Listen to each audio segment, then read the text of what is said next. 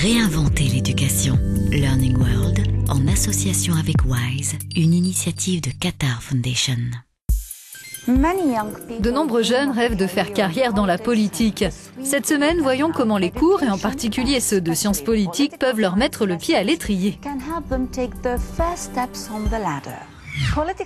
Pour se former dans ce domaine, il n'est pas toujours nécessaire de suivre un enseignement formel. En Allemagne, par exemple, une émission de télé invite les enfants à s'intéresser à des sujets politiques très divers. Nous nous sommes rendus en coulisses pour savoir quelles leçons ils en tirent.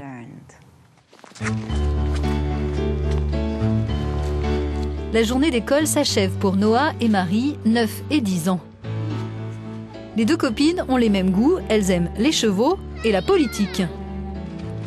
Elles regardent régulièrement les informations à la télévision et plus précisément un programme de 10 minutes baptisé Logo qui s'adresse aux enfants de 8 à 12 ans. Je comprends bien les infos qu'ils donnent. Ils expliquent très bien ce qui se passe. Je cherchais tout le temps des infos sur Malala parce que j'ai trouvé ça vraiment cool ce qu'elle a fait. J'ai même lu son livre. Malala a risqué sa vie en luttant pour le droit des filles à l'éducation au Pakistan. Mais Noah et Marie s'intéressent à tout type de sujets, la Syrie, les élections ou encore les dangers d'Internet. Logo est une émission quotidienne diffusée par la télévision publique allemande ZDF et produite depuis 25 ans à Mayence. Pour ses fans, les présentateurs sont des stars. Je suis tellement excitée, je suis très contente de rencontrer très bientôt ceux qui présentent Logo.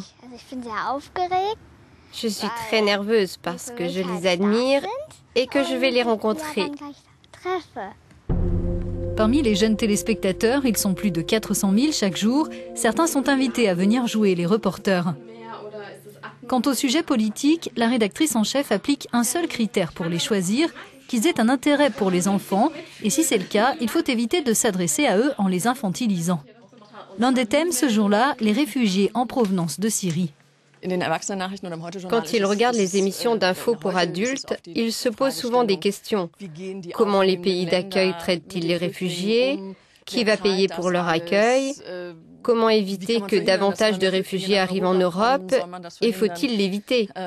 Nous, on reprend les choses depuis le début et on essaie de répondre à la question « Pourquoi les gens s'enfuient-ils de chez eux ?» Parce qu'on estime que c'est la première question que les enfants se posent.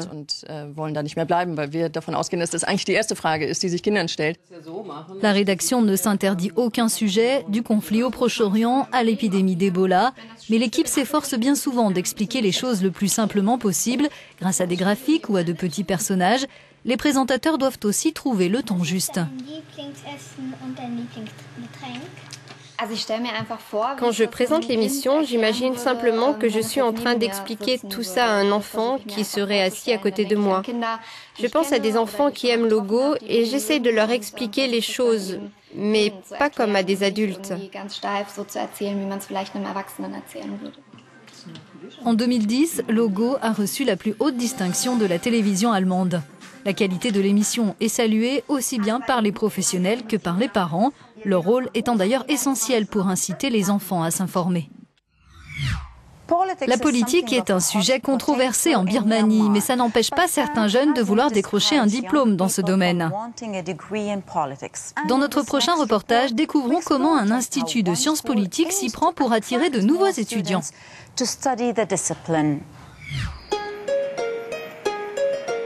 La Birmanie s'est depuis peu ouverte sur le monde extérieur et aujourd'hui, les Birmans ont davantage de liberté pour exprimer leur opinion, par exemple, même si l'ancien régime militaire a durablement façonné la société. Nilar, chef d'entreprise à Rangoon, se passionne pour la politique. À l'âge de 13 ans, elle participait déjà à des meetings. Aujourd'hui, elle n'est plus obligée de cacher son intérêt pour ce domaine. C'était un rêve. Dans le passé, je voulais apprendre les sciences politiques dans un cadre académique, mais on n'avait pas l'opportunité de le faire. Donc aujourd'hui, ici, on a une bonne occasion d'apprendre les sciences politiques. Cet établissement, c'est l'Institut de sciences politiques de Rangoon. Il a été fondé par un groupe de jeunes intellectuels birmans, dont cette jeune femme qui a passé 11 ans en prison après avoir été arrêtée en 1998 pour sa participation à une campagne électorale.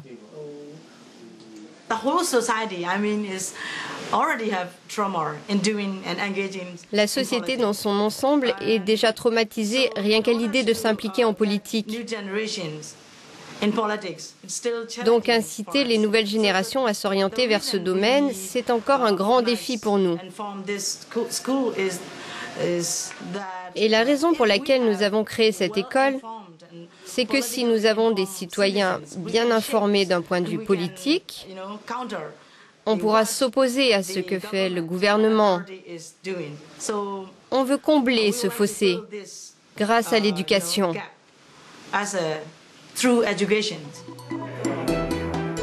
Ce programme, gratuit, prévoit 60 heures d'enseignement.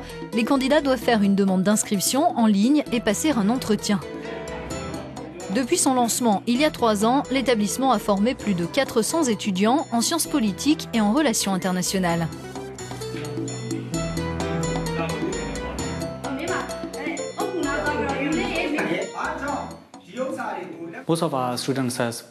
La plupart de nos étudiants viennent d'un contexte politique.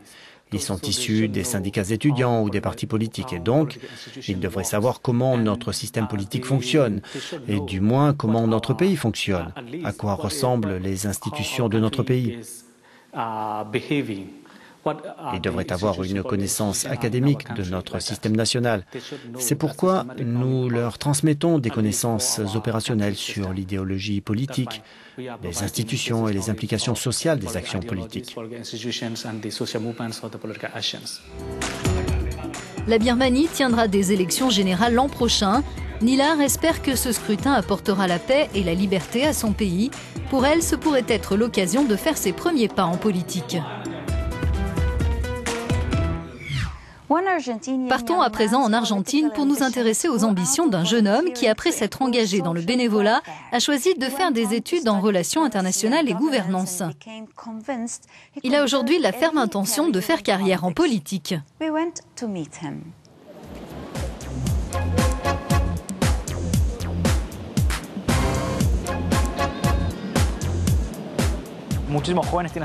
La plupart des jeunes veulent devenir de grands chefs d'entreprise comme Bill Gates ou les meilleurs joueurs de foot du monde comme Lionel Messi.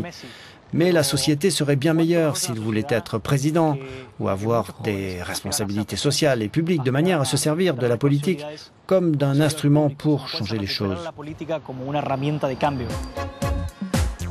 Martin est chercheur en sciences politiques. Il parfait ses connaissances en attendant d'avoir l'occasion d'accéder aux responsabilités. Si au départ le jeune homme pensait s'orienter vers l'enseignement, suivant l'exemple de sa mère, une expérience dans l'humanitaire dans le nord de l'Argentine l'a fait changer d'avis.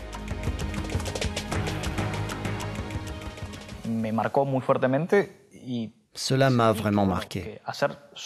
Travailler pour une œuvre de bienfaisance, dans le social, au niveau humanitaire, c'était quelque chose de bien, mais ce n'était possible que pour un moment dans la vie.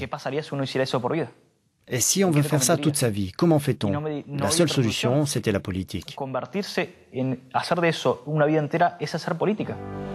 Martin a étudié la politique à l'université de Buenos Aires, la première du pays en termes d'effectifs, un établissement gratuit pour tous, y compris pour les étrangers.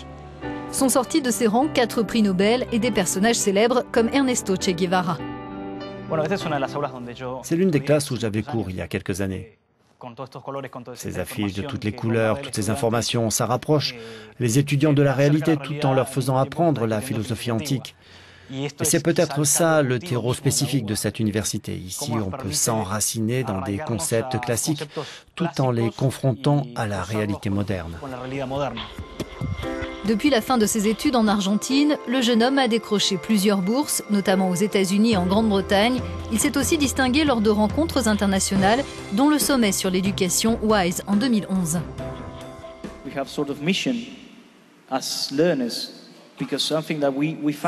Après avoir parcouru le monde, Martin aspire à revenir dans son pays. Si pour l'instant il n'a pas encore trouvé son orientation politique, il espère malgré tout siéger un jour au Parlement argentin. L'apogée même d'une vocation au service du public, c'est la représentation. Tous ces sièges ici représentent des électeurs et ça, c'est l'esprit de la démocratie. Que pensez-vous de l'enseignement des sciences politiques? Voulez-vous faire carrière dans ce domaine? Et si oui, comment allez-vous vous y prendre? Faites-nous part de vos idées sur nos pages des réseaux sociaux. À bientôt. Learning World, en association avec WISE, une initiative de Qatar Foundation.